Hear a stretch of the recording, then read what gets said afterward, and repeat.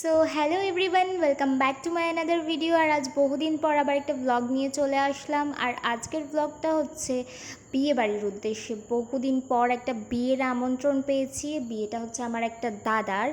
আর মা এখন আমাকে শাড়ি পরিয়ে দেবে, দেন দিদি, আমি, মা আর ভাই মিলে চলে যাব বিয়ে বাড়িতে। আর বিয়ে বাড়িটা বেশি দূরে কোথাও নয়, আমাদের গ্রামেই, তবে একটু ভেতর সাইডে।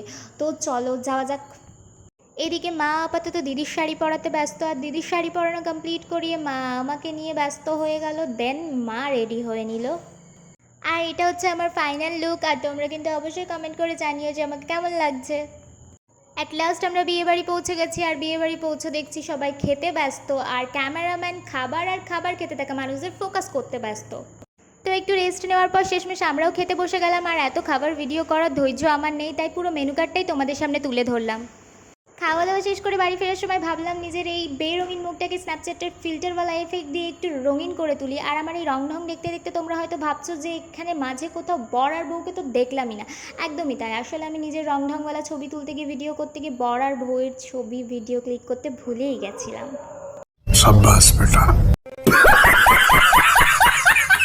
তো গরমে আমাদের অবস্থা ভীষণ খারাপ। আর আজকের ব্লগটা এই অবধি, দেখা হবে নেক্সট ব্লগে। তো আজকের মতন চলো, টাটা, বাই বাই।